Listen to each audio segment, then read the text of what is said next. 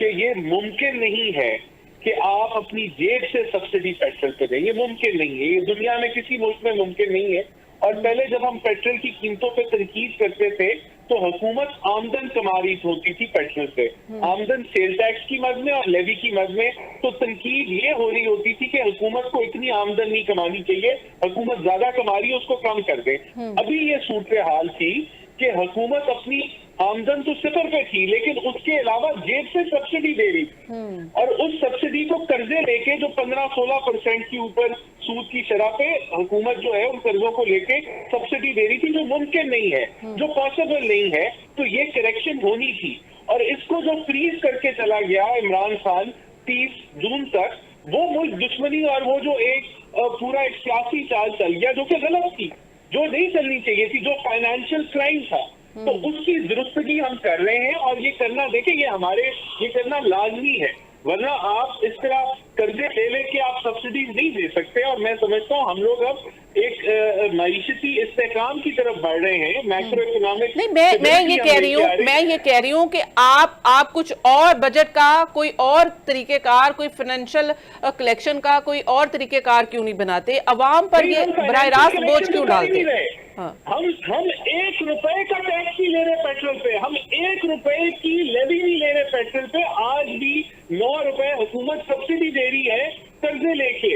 ये हमें आवाम को समझाना है कि ये मुमकिन नहीं है कि कोई जो तेल बनाती भी है, जो जिनकी जमीन से तेल निकलता है, वो ममालिक भी तेल पे सब्सिडी नहीं दे रहे इस वक्त, कोई मुल्क नहीं दे सकते। मैं इससे पूरा का पूरा इख्तलाफ करूंगा। देखिए, ऐसी बात नहीं है, हमें समझना होगा कि हम एक जमहूरी तरीके से आए, कोई गैर आईनी अमल नहीं हुआ। हम क्यों आए हैं, और ये जो हालात अभी बने हुए हैं, क्या 4-5 हफ्ते में हमने कौन सा ऐसा फैसला किया है कि ये मुल्क के दिवालिये होने की बातचीत हो रही?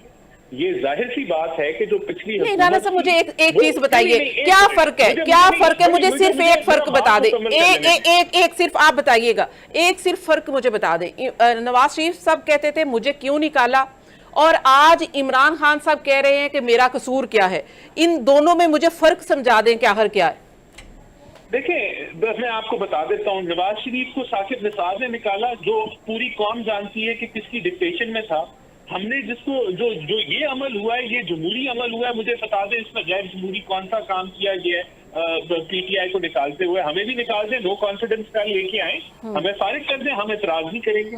बहुत बड़ा फर्क है इसके, इन दो चीजों को आप कंपेयर नहीं कर सकते। निकाली क्या हुआ ये कि ये मुल्क जो है मिसमैनेज हो रहा था, मिसगवर्न हो रहा था, और इसकी मईशत कमजोर से कमजोर हो रही थी। उसकी मैं आपको चंद मिसालें दे देता हूँ, आपको समझ आ जाएगी। 20,000 अरब से 3.5 सालों में कर्जे बढ़ गए। जो सर्कुलर डेट था, जहां रिफॉर्म लानी थी, वो 1100 अरब से 2500 अरब के ऊपर चले गई। जो आपकी हम जो टैक्स टू जीडीपी छोड़ के गए थे 11% से, ये 8% पे ले आए। हर चीज के अंदर बदहाली हुई। जो रिजर्व थे वो आपके, मैंने बता दिया पहले, बॉटम आउट हो चुके हैं। अब हम तो वो फैसले कर रहे हैं जिससे मईशत रिवाइव होगी। हमें इसका क्रेडिट दें कि हम, और देखिए, ये महंगाई हम खुशी से तो नहीं कर रहे। ये जो अभी अमीर अब्बास साहब बात कर रहे थे, क्या हमारी ख्वाहिश है कि हम जो है वो 250 पे ले जाएं तेल को? क्या इससे हमें खुशी मिलेगी? क्या हमें इससे वोट हमारे बढ़ेंगे? नहीं, ये फैसले हमें करने पड़ रहे हैं क्योंकि आपकी मईशत वेंटिलेटर पे है। हमने इसको बचाना है और मुल्क को आगे लेके जाना है। तो वो सब फैसले जो इमरान खान साहब को करने चाहिए थे, जो यूटर्न इन्होंने लिया IMF से, वो नहीं लेना चाहिए था, वो गलत था। आपको पॉइंट आ गया। समझ साहब, मैं चाहूंगी किसी के ऊपर, क्योंकि मैं जी राना साहब, वो गलत फैसले जो हैं उनको अब हम दुरुस्त कर रहे हैं और उसकी पॉलिटिकल कॉस्ट पे कर रहे हैं। लेकिन अवाम को ये बताएं आप कि मुल्क के पास ऑप्शन नहीं है, इसके अलावा मुझे ऑप्शन बता दें। जी ठीक है,